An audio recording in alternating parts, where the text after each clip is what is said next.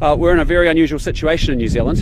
We have a town at the moment that is actually shut down, and it's not shut down because of a natural disaster. It's shut down because the mongrel mob have come to town, and now we're in a position where our schools are closed, bus services aren't running, and 2 houses have been firebombed. And the Prime Minister this morning says it's actually not his job. Well, I have to say, Prime Minister, it is your job to actually make sure that New Zealanders feel safe in their own homes, in their own businesses, their own community, and it is your job to make sure you're not sending a message that you're soft on crime. Gangs are not people who want to deal with the normal reality of New Zealand.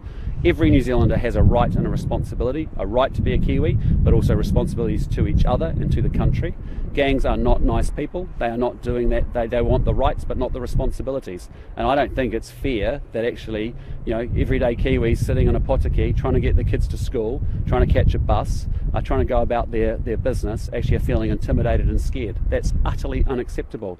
And that's what's happened under this government. We've got a government that's soft on crime, and we have seen it over the last 2 years in particular, where we just start to accept that this is the normal. Well, I don't accept that this is the normal activity in New Zealand. I don't accept this level of crime is anywhere near acceptable. It has to improve.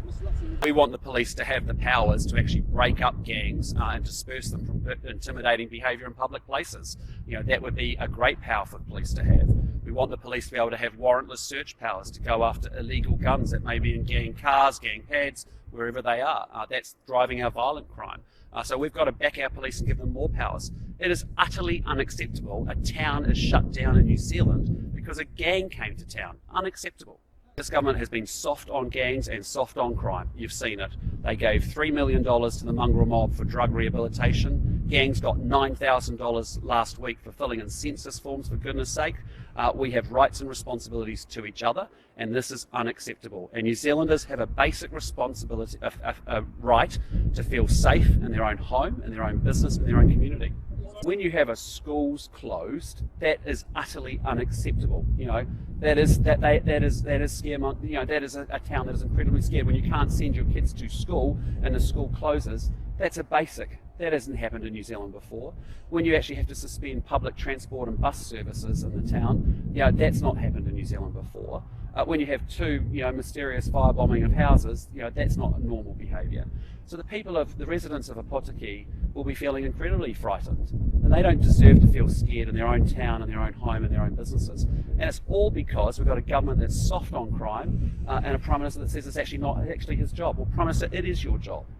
We are living in a country at the moment where this government has one single goal in the justice space. It is a 30% reduction in the prison population. That would be perfectly fine if we had a 30% reduction in crime. But, violent crime is up 30%, retail crime's up 40%, gang membership's up 65%, and a ram raid happens every 15 hours, and now we shut down a town because a gang came to town. Unacceptable. This is New Zealand. We don't tolerate this stuff. And if we start to accept that this is the new normal, what comes next? And so we have to be, tough on crime, and and this government hasn't been doing so. I mean, what this Labor government has achieved is the unique success of being both soft on crime and soft on the causes of crime as well. Because if you think about it, what's one of the drivers of long-term crime? It's kids not being at school.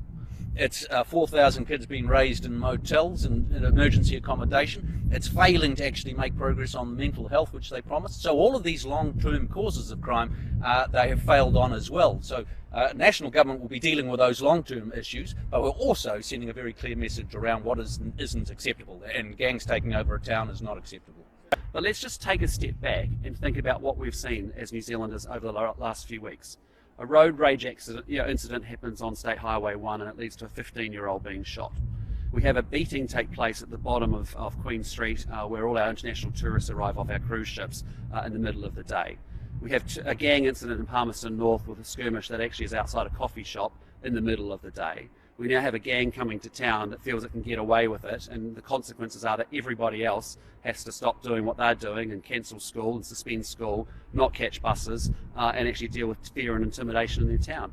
That is utterly, utterly unacceptable. And so we have to have really serious consequences for serious offending. We have to tackle our gangs strongly, and we have to back our police and give them more tools to be able to cope with that.